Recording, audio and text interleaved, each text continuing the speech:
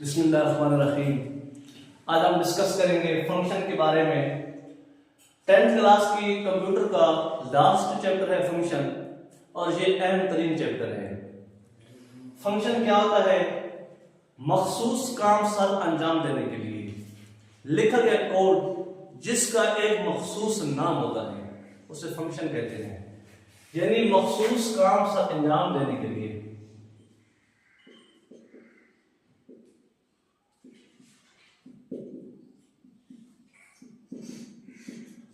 मखसूस काम साथ अंजाम देने के लिए लिखा गया कोड फंक्शन कहलाता है। फंक्शन की हैं दो टाइप्स। एक होते हैं जिन्हें कहते हैं जी बिल्ट इन फंक्शन,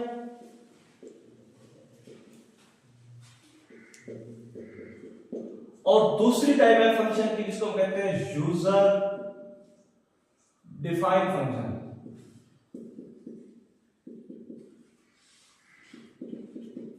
फंक्शन की दो टाइप्स हैं, बिल्ट इन, यूजर डिफाइंड।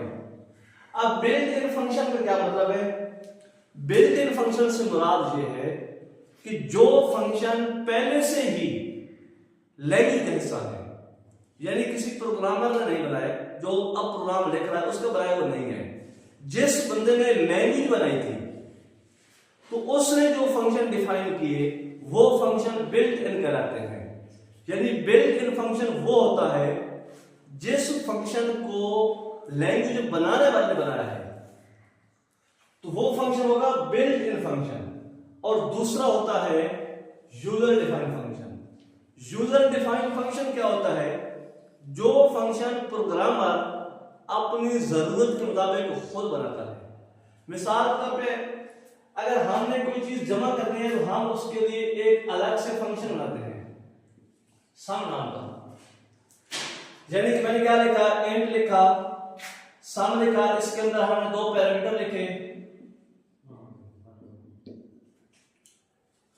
तो अब देखें ये एक फंक्शन लिखा गया है, जो फंक्शन क्या होगा? यूजर डिफाइन होगा।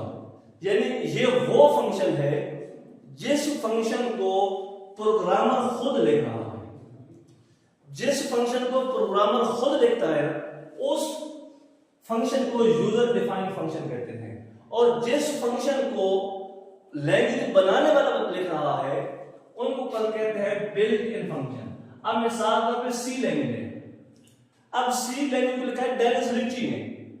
डेनिस रिची ने इसको बनाया था, तो अब डेनिस रिची ने जो फंक्शन इस्तेमाल की है, बनाया है खुद, मिसाल print F, scan F, get C H E, clear screen, यानी ये वो फंक्शन है जब लैंग्वेज बन रही थी तो ये फंक्शन भी साथ बनाए गए थे। तो ये फंक्शन है बिल्ट इन। और जो फंक्शन प्रोग्रामर खुद लिखा है, यानी जैसे सम का लिखा है, हो सकता है अब वो प्रोडक्ट का लिख दे, हो सकता है वो मल्टीप्लाई का लिख दे, डिवाइड का लिख दे। तो जो फंक्शन प्रोग्रामर खुद लिखता है वो यूजर डिफाइंड है, और जो फंक्शन लैंग्वेज बनाने वाला लिख रहा है वो बिल्ट इन है। अच्छा, आप देखिए ये फंक्शन क्यों आया, फंक्शन के फायदे क्या है? फंक्शन के सबसे बड़ा फायदा क्या है? रीयूजेबिलिटी का है।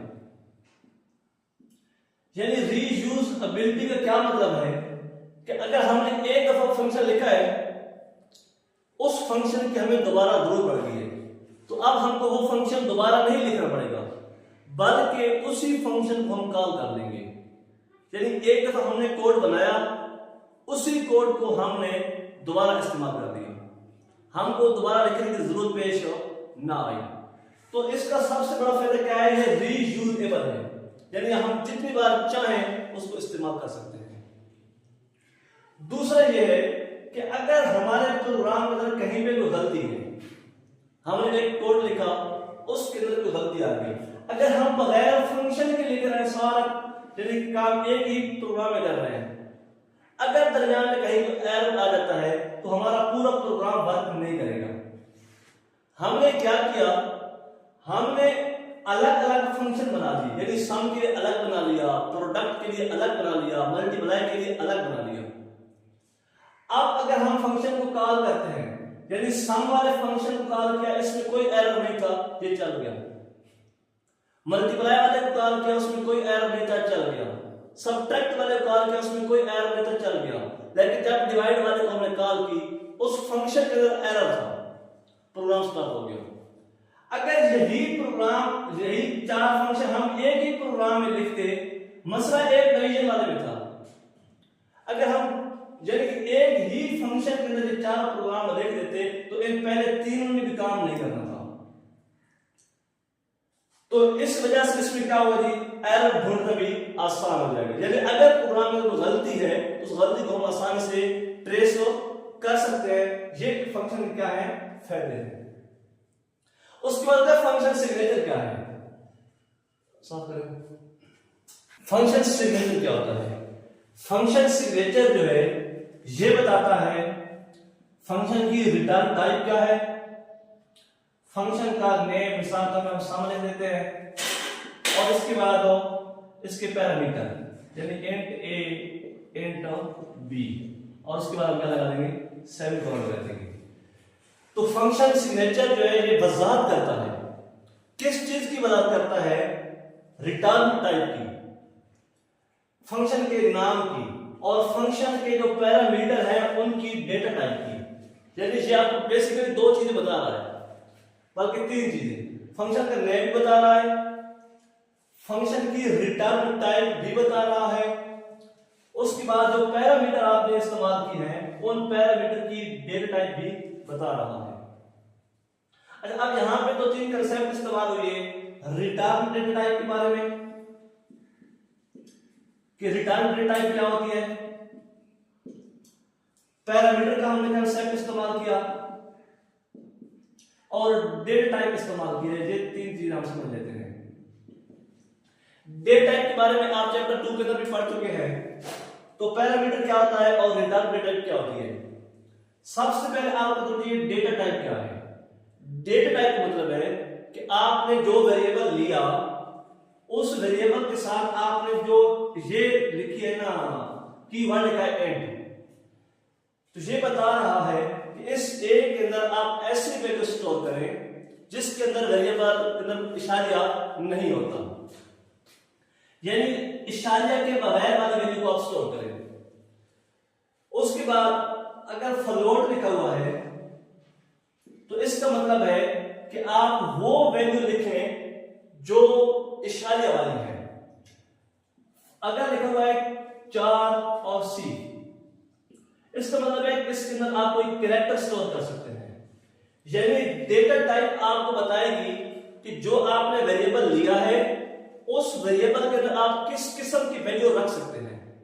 इशारे वाले रख सकते हैं, बगैर इशारे वाले रख सकते हैं, या कोई कैरेक्टर रख सकते हैं। उसके बाद पैरामीटर क्या होता है, जब एक फंक्शन वैल्यू को सेंड करता है, जहां पे फंक्शन डिफाइन होता कॉल होता, कॉल एक फंक्शन वैल्यू को सेंड भी कर रहा है ना, तो जो वैल्यू सेंड हो रही है आर्गुमेंट से, वो वैल्यू यहां पे जो वेरिएबल आपके रिसीव कर रहे हैं ये पैरामीटर कराएंगे। यानी अब देखें जी, एक हमने फंक्शन सिग्नेचर बनाया हुआ है। अगर हम इसको फंक्शन को डिफाइन करते हैं, यानी ऐसे लिखते हैं ना इंट सम, यही लिख लेते हैं इंट ए इंट बी, फिर हमने इसकी बॉडी बनाई, हमने क्या लिखा थी इंट सी, हमने एक नया वेरिएबल ले लिया c equal to a plus b कर दिया और हमने रिटर्न कर दिया c को। अब देखें ये हमारा फंक्शन हेडर है, यानी फंक्शन डेफिनेशन की पहली लाइन फंक्शन हेडर कहलाती है। अब इसमें देखें कि जो यहां पे वैल्यूज a आ रही थी, वैल्यूज b आ रही थी, वो वैल्यू इधर आ गई,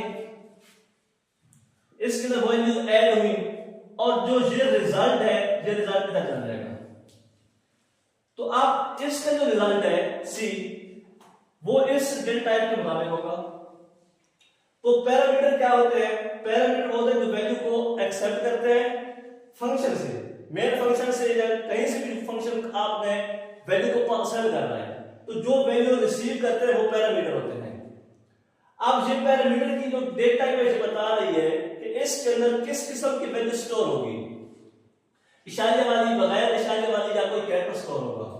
उसके बाद ये फंक्शन का नेम है, और ये रिटर्न टाइप है, यानी आप देखते हैं जहां से जो वैल्यू जाएगी उसकी डेटा टाइप क्या होगी, यानी कि वो इशारे वाले रकम वसूल करेगा जब बगैर इशारे वाली। तो ये रिटर्न टाइप की जो है ना ये लिखी हुई है ना, ये बनाएगी एंड कि आप इससे जो वैल्यू हमें वसूल होगी वो बगैर इशारे की होगी। तो ये तो हो गए फंक्शन सिग्नेचर और फंक्शन डेफिनेशन। अब आर्गुमेंट और पैरामीटर में फर्क समझ लें। आर्गुमेंट क्या होते हैं, जो वैल्यू सेंड करते हैं फंक्शन कॉलिंग से, और पैरामीटर क्या होते हैं, जो फंक्शन के वैल्यू रिसीव कर रहे होते हैं कॉलिंग फंक्शन से। यानी कॉलिंग फंक्शन जो वैल्यू सेंड करता है वो आर्गुमेंट से सेंड कर रहा है, और जहां पे वैल्यू कॉपी पेस्ट हो रही है वो क्या है, पैरामीटर है। ये आपका पूरे पार्ट चैप्टर का ओवरव्यू था, इसके अलावा इस चैप्टर के अंदर कोई चीज भी नहीं बची।